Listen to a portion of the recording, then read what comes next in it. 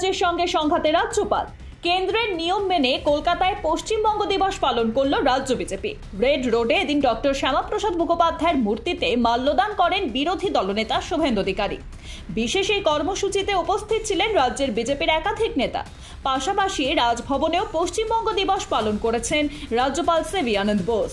তবে রাজভবনের সেই অনুষ্ঠানে সশরীরে উপস্থিত থাকতে পারেননি তিনি, বদলে দেন ভিডিও বার্তা। জরুরি কাজে ব্যস্ত থাকার জন্যই তিনি অনুষ্ঠানে হাজির থাকতে পারেননি বলে জানিয়েছেন। 1947 সালের 20 জুন স্বাধীনতার 2 মাস আগে বিধানসভায় পশ্চিমবঙ্গ গঠন ও তার ভারত ভুক্তির প্রস্তাব গৃহীত হয়। সেই প্রস্তাব এনেছিলেন শ্যামাপ্রসাদ মুখোপাধ্যায়। তাতে সমর্থন জানিয়েছিলেন বামপন্থী নেতারাও। সেই থেকেই এই দিনটিকে পশ্চিমবঙ্গ দিবস হিসেবে পালন করে থাকে নানা সংগঠন। যদিও বর্তমান রাজ্য সরকার এই দিনটির বদলে পয়লা বৈশাখ দিনটিকে পশ্চিমবঙ্গ দিবস হিসেবে ঘোষণা করে।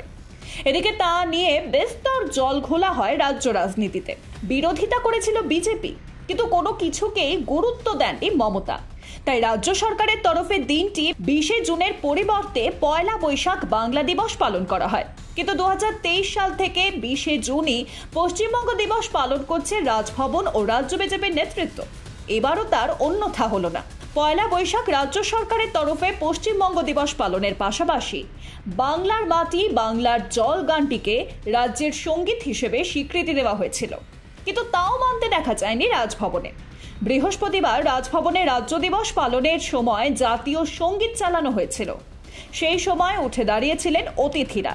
এরপর রাজ্য সঙ্গীত বাংলার মাটি বাংলার জল গানটি বাজানো হয়। নিয়ম অনুযায়ী এই গান বাজানোর সময়ও উঠে দাঁড়াতে হবে। এদিকে রেড রোডে পশ্চিমবঙ্গ দিবস পালন করে রাজ্য সরকারকে কটাক্ষ করেন শুভেন্দু অধিকারী। তিনি বলেন, ইতিহাস কখনো বদলানো যায় না। আজকের দিনটার ইতিহাস কখনো বদলে দেওয়া যায় না, ভবিষ্যতেও যাবে না।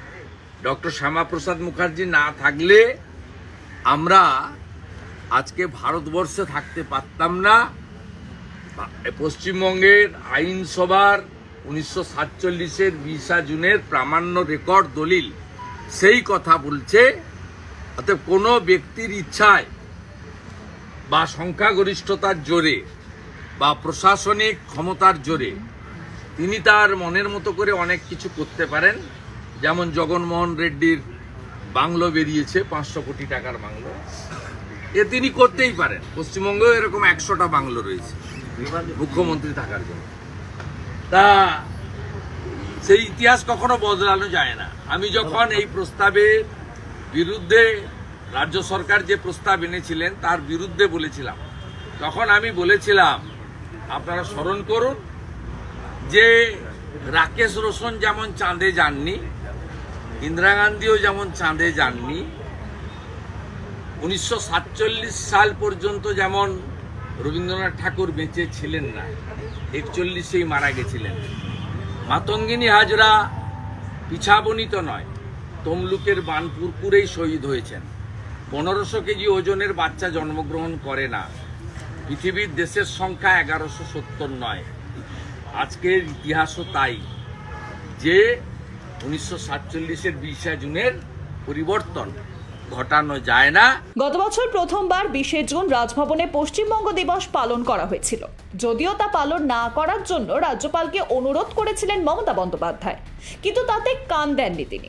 এবারও রাজ্য সরকারের সম্মতি ছাড়াই রাজভবনে পালিত হলো বাংলা দিবস, যা রাজ্যপাল সংঘাতকে আরও কিছুটা বাড়িয়ে দিল বলে মনে করছেন রাজনৈতিক বিশ্লেষকেরা। ব্যুরো রিপোর্ট, মৃতম বাংলা।